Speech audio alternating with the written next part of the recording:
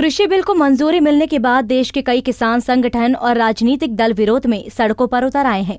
मोदी सरकार जहां इन विधेयकों को किसानों को सशक्त बनाने का माध्यम बता रही है, तो वहीं विपक्ष और किसान इसका विरोध कर रहे हैं।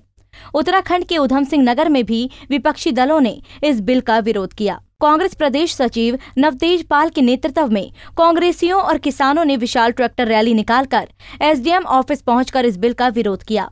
मोदी सरकार द्वारा लोकसभा में पारित किसान बिल 2020 के 3 अध्यादेश को किसानों के लिए काला कानून बताते हुए इस बिल को वापस लेने की मांग की है। जो केंद्र की मोदी सरकार ने किसानों को मारने के लिए जो काला कानून पारित किया है, जो फार्म बिल पारित किया है, 3 ऑर्डिनेंस पारित किए हैं, उसके विरोध में कांग्रेस पूरे देश के अंदर किसानों के साथ मिलकर लड़ाई लड़ रही है। और जब तक ये काला कानून वापस नहीं लेंगे तब तक जो है ये आंदोलन खत्म नहीं होगा। इस आंदोलन का और विस्तार होगा और किसानों के हक की लड़ाई लड़ी जाएगी। एक तरफ सरकार इस किसानों के हित में बता रही है, वहीं पर अगर देखा जाए तो कांग्रेस और जो विपक्षी पार्टी है किसान इसका विरोध कर रहे हैं। क्या माना, राजनीति माना जाए या किसानों की समस्या? आप ये देखो, आज पूरे देश में किसान सड़कों पर बैठा हुआ है, सल्फास खा के अपनी जान दे रहा है। किसको शौक है अपनी जान देने का? किसको शौक है अपनी खड़ी फसल छोड़ के रोड के ऊपर बैठने का? अगर ये किसानों के हक में होता तो किसान क्यों आंदोलन कर रहे होते? तमाम किसान संगठन जो है वो भी आंदोलन कर रहे हैं। कांग्रेस तो सिर्फ किसानों का साथ दे रही है, किसानों के साथ अत्याचार हो रहा है, इसलिए किसानों के साथ खड़ी है कांग्रेस। के जनप्रतिनिधियों द्वारा माननीय राष्ट्रपति जी को संबोधित एक ज्ञापन हमारे कार्यालय में प्रस्तुत किया है, जिसमें उन्होंने अनुरोध किया है कि जो लोकसभा में अध्यादेश पारित हुआ है, कानून पारित हुआ है, उसको खारिज किया जाए। ये हमारे कार्यालय से जिलाधिकारी कार्यालय को प्रेषित कर दिया जाएगा। हालांकि उत्तराखंड में कृषि मंत्री सुबोध उनियाल ने इस बिल को किसान में हित की रक्षा करने वाला बताया है।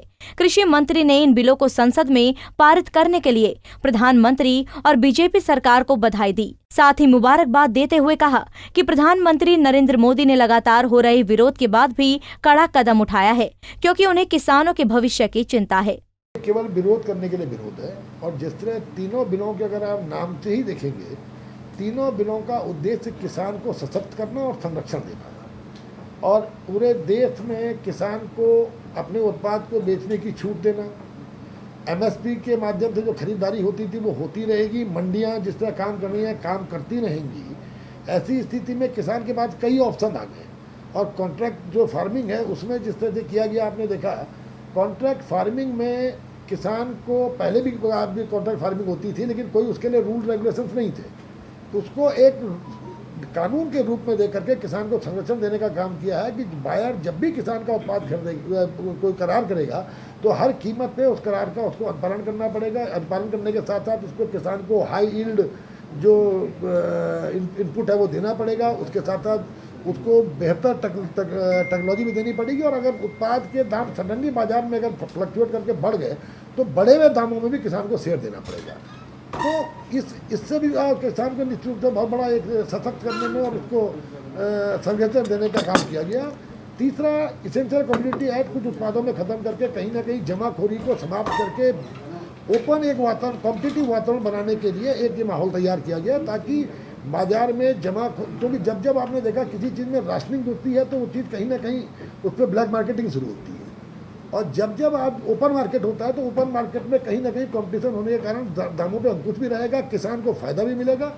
और कुल मिलाकर के मैंने आपसे कहा कि जो उद्देश्य था कि किसान की आय को दुगना करना है, doubling the income of the farmer, उस कंसेप्ट के प्रति मोदी सरकार का यह कि तीनों के तीनों बिल पास करना एक ऐतिहासिक कदम है। बता दें कि इन 3 बिलों को लेकर विपक्ष सरकार पर हमलावर है। जहां विपक्ष इन बिलों को किसान विरोधी बता रही है, वहीं सरकार का कहना है कि किसानों के हित में है। उधम सिंह नगर से यामिन मलिक और देहरादून से कुलदीप की रिपोर्ट।